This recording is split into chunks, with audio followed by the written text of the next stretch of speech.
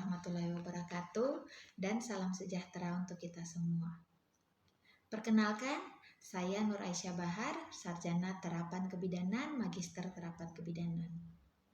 Saya merupakan dosen tetap di Politeknik Paramataraha, program studi D3 Kebidanan. Saya mulai menekuni dunia pendidikan sejak tahun 2019. Selain menjadi dosen tetap, pada tahun 2023 sampai 2024, saya mendapat tugas tambahan sebagai kepala laboratorium. Tugas ini memberikan saya peluang besar untuk memperdalam pemahaman saya terhadap manajemen sarana dan prasarana pendidikan, terutama dalam pengelolaan alat dan bahan praktik kebidanan. Pengalaman ini tidak hanya memperkaya keterampilan administratif saya, tetapi juga mendukung peningkatan mutu pembelajaran berbasis praktik klinik di laboratorium, sehingga berdampak langsung terhadap kompetensi mahasiswa. Selain aktif sebagai dosen, saya juga aktif di organisasi Ikatan Bidan Indonesia Cabang Kabupaten Muna, dan dipercayakan menjadi Sekretaris Ranting Paramata yang merupakan ranting pendidikan pada periode 2022 sampai sekarang. Keterlibatan ini memperluas jejaring profesional saya dengan para praktisi dan akademisi kebidanan, sehingga memudahkan dalam mengintegrasikan antara teori dan praktik di dunia nyata.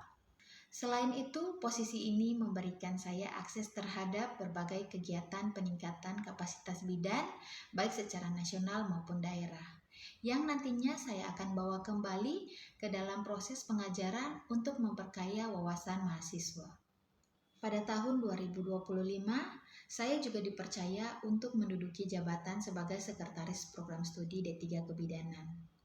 Peran ini menempatkan saya dalam posisi strategis untuk berkontribusi dalam pengembangan kurikulum, perencanaan akademik, dan penyusunan dokumen penting lainnya. Tanggung jawab ini mendorong saya untuk lebih memahami regulasi perguruan tinggi serta pengelolaan program studi secara komprehensif. Dalam peran saya sebagai dosen, saya mengampu beberapa mata kuliah. Mata kuliah asuhan kebidanan persalinan dan bayi baru lahir yang akan menjadi fokus dalam video pembelajaran ini. Mata kuliah ini memiliki bobot 5 SKS yang diampu oleh 5 orang dosen dengan masing-masing beban SKS 1.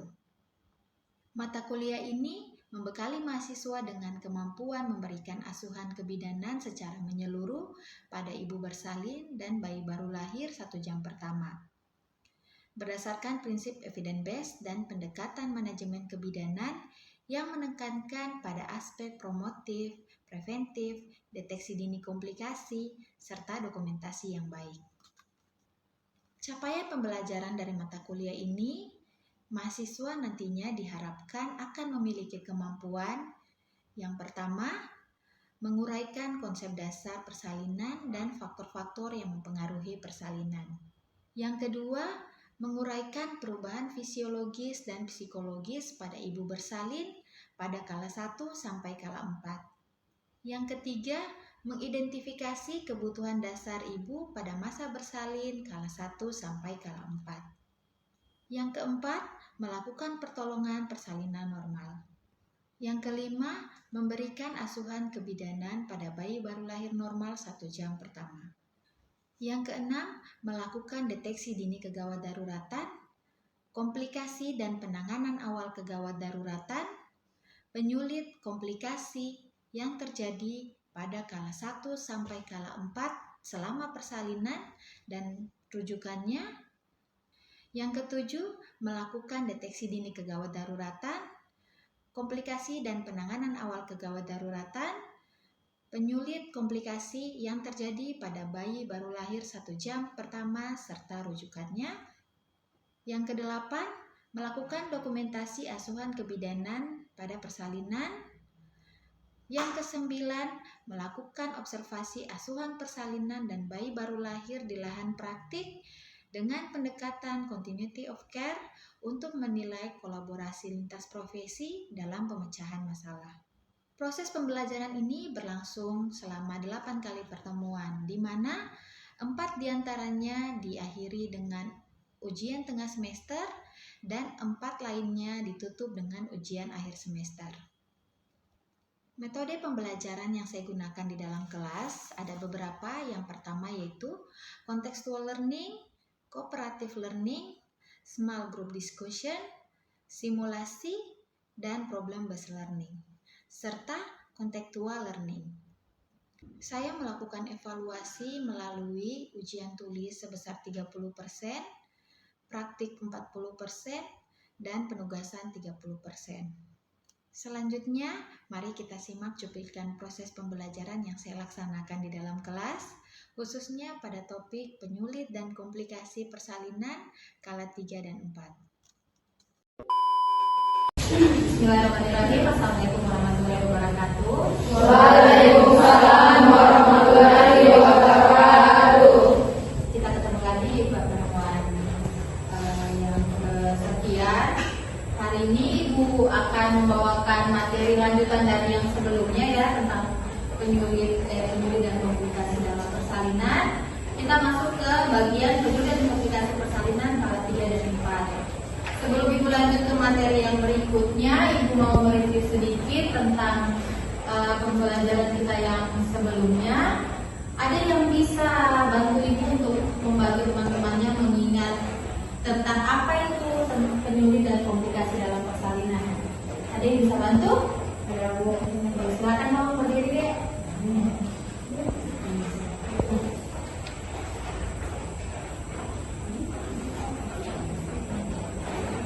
Baik, penyulit dan komplikasi dalam persalinan itu adalah kondisi yang dapat membahayakan ibu atau si bayi selama proses persalinan.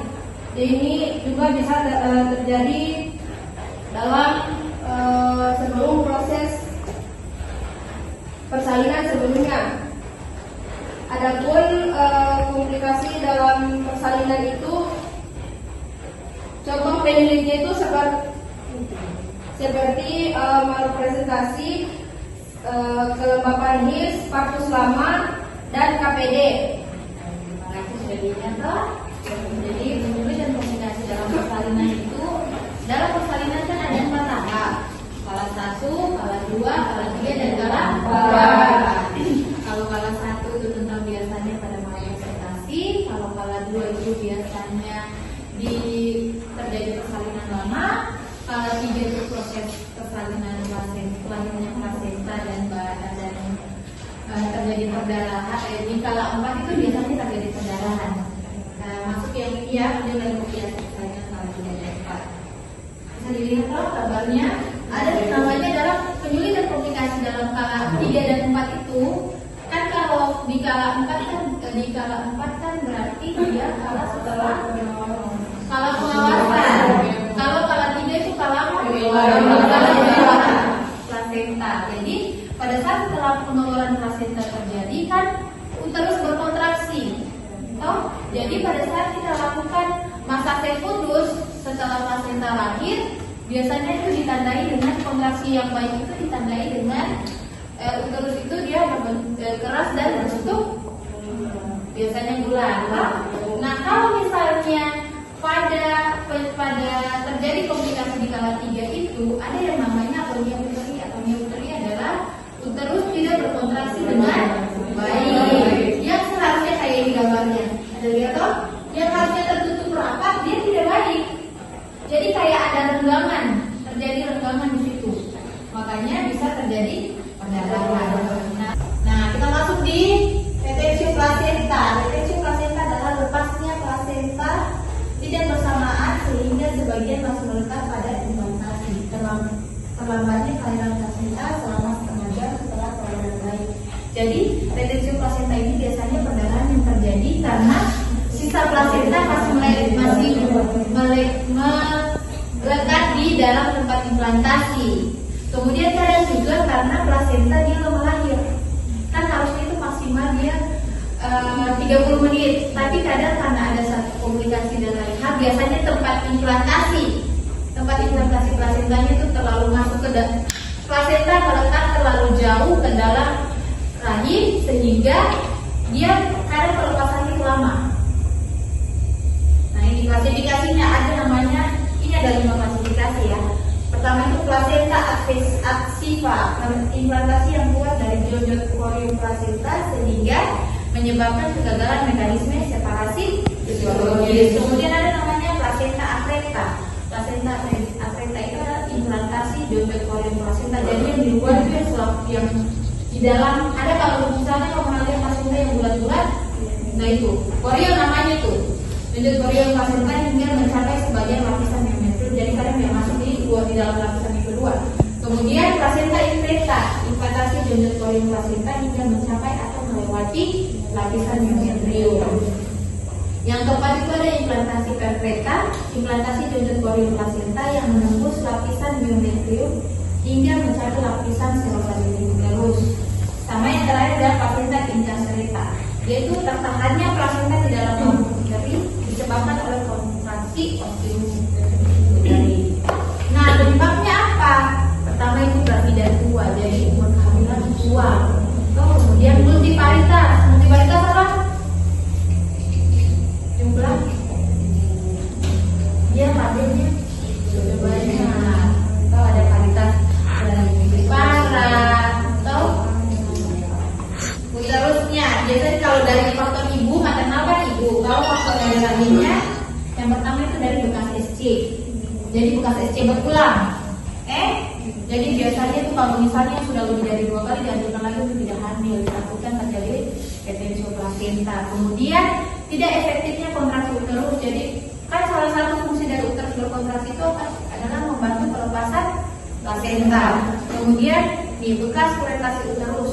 Jadi kan kalau tidak bersih, kan kalau misalnya mengalami keguguran terus dia lakukan kuretase tidak bersih, atau masih ada perlukaannya, perbaikan perlukaannya di dalam rahim itu tidak baik, bisa menyebabkan juga retention placenta. Kemudian dari placenta itu sendiri ada namanya placenta previa sama kelainan dari placenta.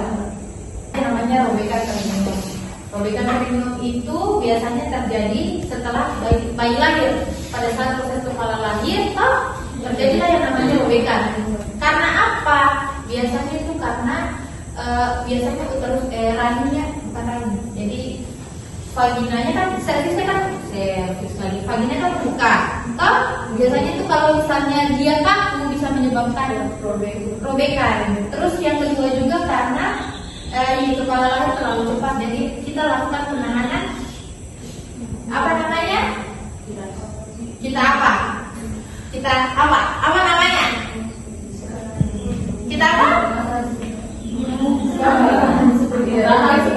Iya, bukan ditahan supaya tidak robek, tapi ditahan supaya kepalanya tidak langsung keluar. Jadi vaginanya masih bisa kita tahan, jadi tidak terjadi robekan. Kemudian persalinan tidak dipimpin dengan baik. Jadi biasanya karena ibunya napasnya tidak sampai, jadi kayak terlalu capek kan, terus pada saat dia mengedah itu tidak kuat, tidak baik. Kan ada caranya mengedah dengan baik supaya persalinannya lancar. Kemudian adanya jaringan paru pada perineum. Biasanya itu kayak ada luka di perineumnya, jadi biasanya juga menyebabkan robek. Kemudian sama distosia bahu. Jadi kepala lahir tapi bahu tertahan. Kemudian apa klasifikasinya? Biasanya dari derajat 1 sampai derajat 4. Ini gambarnya. Ya kan? Nah, derajat 1 biasanya kalau kita bidan, kita hanya bisa sampai di derajat 2 saja. Derajat 3 dan 4 itu kita lakukan rujukan. Oke. Nah, ini kita masuk di robekan yang kedua, itu robekan serviks. Biasanya itu persalinannya tidak selalu mengakibatkan, biasanya dalam proses persalinan itu tidak semuanya mengalami robekan serviks. Kemudian serviks ibu multipara berbeda. Jadi kan kalau multipara berarti kan sudah melahirkan berkali-kali. Otomatis kondisinya dia akan berbeda dengan yang baru pertama kali melahirkan. Uteri terbalik. Jadi kan dia harusnya di dalam. Itu uterusnya ada di luar. Dia keluar. Ada kalau orang lihat gambarnya yang ini. Ini kan uterus ini di dalam. Dia di luar. Kemudian kalau misalnya dia tetap tidak bisa, kita lakukan namanya rujukan. Ini lagi-lagi kita ujungnya tetap dilaksanakan rujukan karena apa? Tidak semuanya bidan itu bisa menangani. Ada yang namanya kita ingatkan lagi. Nah, perdarahan primer, perdarahan yang terjadi perdarahan postpartum yang terjadi dalam 24 jam. Kemudian sedangkan sekunder itu dia lebih dari 24 jam, ya. Makanya ada namanya kalau pengawasan setelah plasenta lahir.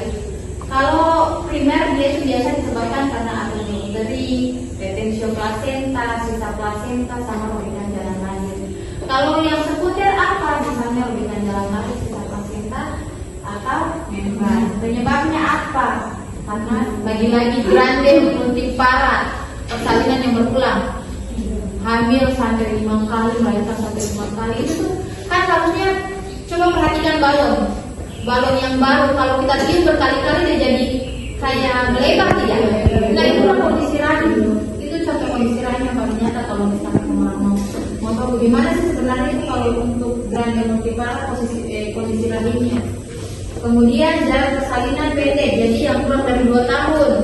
Itu kan aturannya kalau misalnya ibu yang melahirkan bayinya itu dianjurkan dia di atas 2 tahun.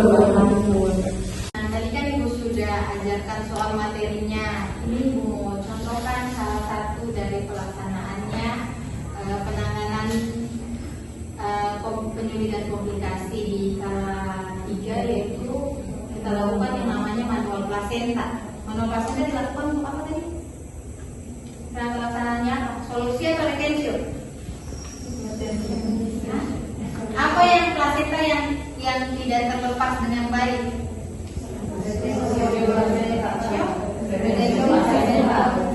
Nah, ibu contohkan, tapi nanti 1 atau 2 orang mengulang ya untuk praktekkan.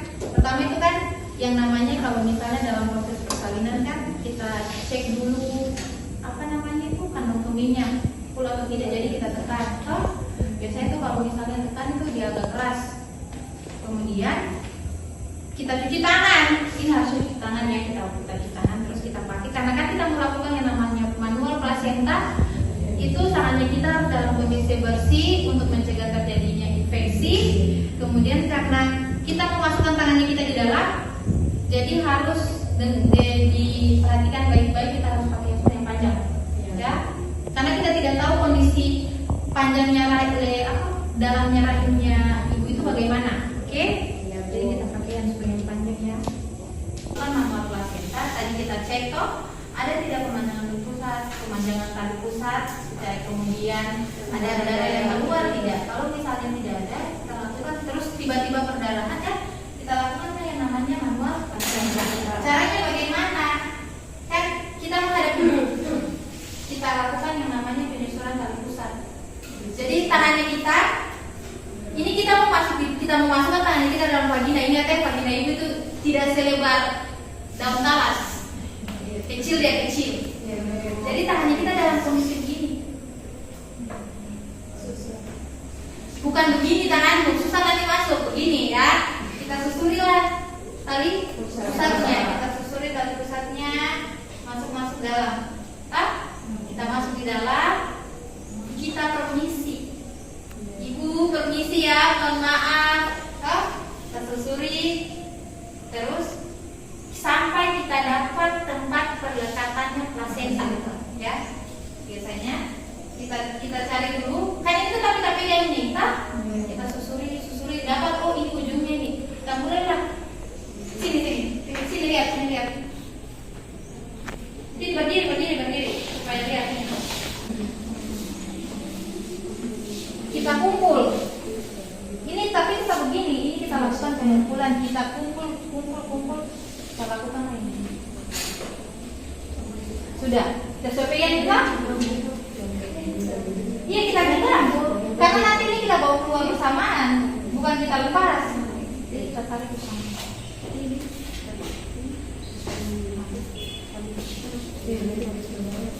Iya.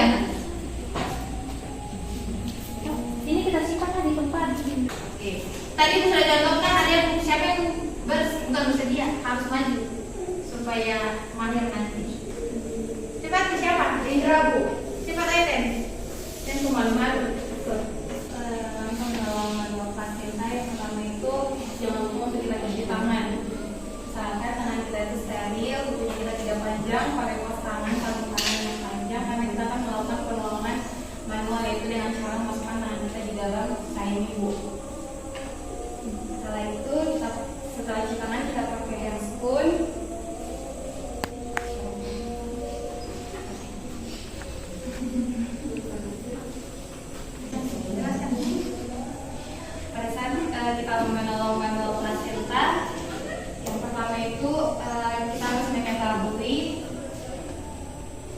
Tambahin juga tuh. Iya, yang tapi terjadi. Cek dulu bagaimana cara kerjanya, bagaimana kalau kita tetap tidak keluar setelah 30 menit, kita lakukan yang namanya penambahan plasenta. Cara pertama kita mau menolong plasenta itu kita lihat dulu tali pusatnya selama 30 menit. Kita tunggu dulu selama 30 menit. Apabila plasentanya sudah tidak keluar, maka kita perlu melakukan namanya manual plasenta. Sebelum itu kita tandai dulu pertama, kita tandai dengan adanya juga semburan darah yang keluar secara tiba-tiba. Kemudian selanjutnya itu kita akan melakukan manual plasenta dengan cara kita memasukkan tangan kita. Sebelum kita memasukkan tangan kita, yaitu pertama kita melakukan permisi dulu kepada ibunya. Jangan sampai ibunya merasa kurang nyaman gitu. Sebelum itu permisi ya ibu, saya melakukan manual plasenta. Cara masukkan tangan itu tidak boleh tangannya begini, harus begini. Ya, yaitu dengan cara kita susun secara perlahan mengikuti arah tali pusat menuju ke plasentanya. Permisi ya ibu.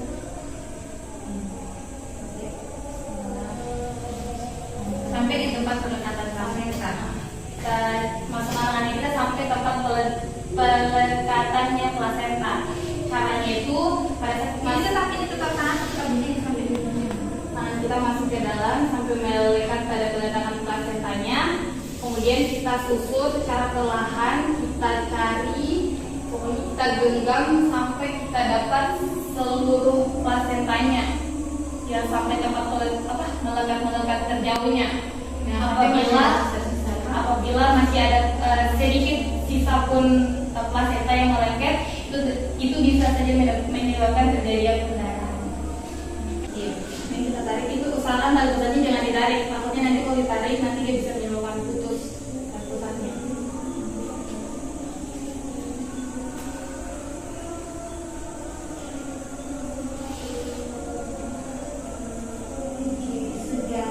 Setelah plasenta yang sudah lahir, jangan lupa plasenta itu disimpan di dalam loyang.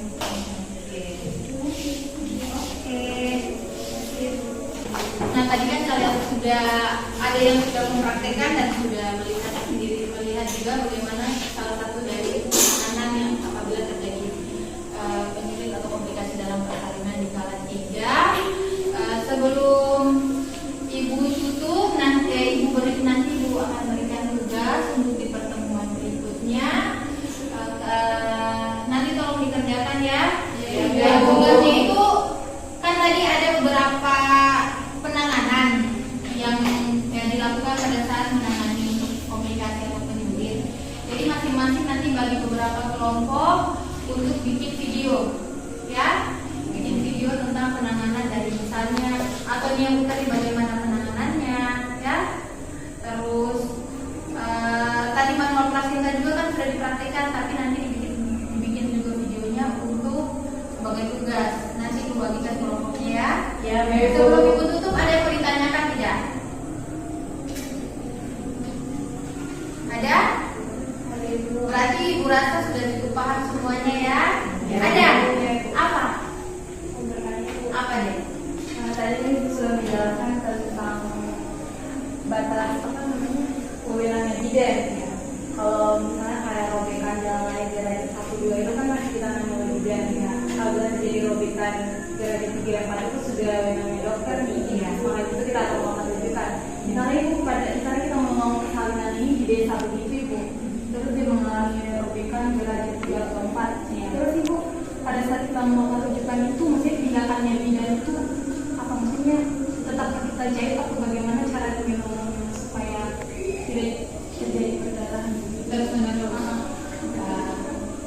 Nah baik, bagus pertanyaannya karena kan nanti bisa saja kalian kerja terus di tempat yang terpencil, ya, di desa terpencil yang memang kalau misalnya aksesnya kita untuk rumah sakit itu jauh. Jadi kita harus istilahnya kita harus pakai akal bagaimana caranya supaya ibu ini tertangani dulu juga kita lakukan rujukan. Biasanya itu kalau misalnya memang kondisinya di desanya kita butuh beberapa jam dan apabila kita tetap paksakan untuk melakukan rujukan, ada kemungkinan besar misalnya ibunya akan mengalami tujuannya, atau misalnya dia dekat, hanya misalnya kendaraannya lagi tidak ada, jalanannya tidak bagus, jadi memaksa kita untuk bagaimana ini cara berpikir kita supaya bisa kita tangani. Kalau misalnya kita rasa untuk misalnya di derajat 3, kan derajat 3 derajat 4 itu kan sudah wewenang dokter. Kalau kita temukan seperti itu, pertama kita perbaiki dulu keadaannya, dan terus kita pastikan ini perdarahan ini, robekan ini dia masuknya memang apakah memang di derajat 3 atau di derajat atau masih di derajat 2. Kalau misalnya memang sudah di derajat 3 dan kondisinya tidak memungkinkan untuk kita lakukan rujukan, kita bisa lakukan penjahitan. Bisa itu dalam kondisi terpaksa. Ya, itu harus diingat kita karena kalau misalnya terjadi apa-apa, itu adalah tanggung jawabnya bidan. Itu yang diingat, kita tidak boleh namanya memaksakan kita melakukan sesuatu di luar dari kewenangan bidan. Karena kita sebagai bidan, kita kan dilindungi, kita punya payung hukum itu namanya profesi IBI. Kalau misalnya profesi IBI dia itu berdasarkan dia lindungi kita berdasarkan dari kewenangan kita. Kalau kita lakukan, karena memang ada beberapa kasus di mana bidan itu dia paksakan untuk dia lakukan penanganan yang seharusnya bukan kewenangannya. Akhirnya apa? Berlindung dikasuskan karena ibunya tidak tertangani dengan baik. Jadi kalau misalnya masih bisa kita rujuk. Nah, untuk mengatasi perdarahan yang pada saat kita lakukan rujukan biasanya itu kita pasang tampon. Tampon itu biasanya kasa yang dibentuk bulat dan kita masukkan ke dalam vagina. Begitu. Ada lagi pertanyaannya atau bagaimana, sudah jelas? Kalau tidak ada lagi? Kalau tidak ada, ibu tutup Pare. Kita jumpa di pertemuan berikutnya. Ibu ucapkan terima kasih. Ibu akhiri dengan ucapan wabillahi taufiq wal hidayah. Wassalamualaikum warahmatullahi wabarakatuh. Demikianlah cuplikan kegiatan pembelajaran yang telah saya laksanakan di dalam kelas. Semoga tayangan ini dapat memberikan gambaran nyata mengenai proses pembelajaran yang saya rancang dan jalankan, mulai dari perencanaan, pelaksanaan, hingga evaluasi. Saya percaya bahwa pembelajaran yang efektif tidak hanya mentransfer pengetahuan, tetapi juga menumbuhkan keterampilan, sikap profesional, serta kemampuan berpikir kritis mahasiswa dalam menghadapi situasi klinis nyata. Terima kasih saya ucapkan atas perhatian dan waktunya. Akhir kata saya ucapkan wabillahi taufiq wal hidayah. Wassalamualaikum warahmatullahi wabarakatuh.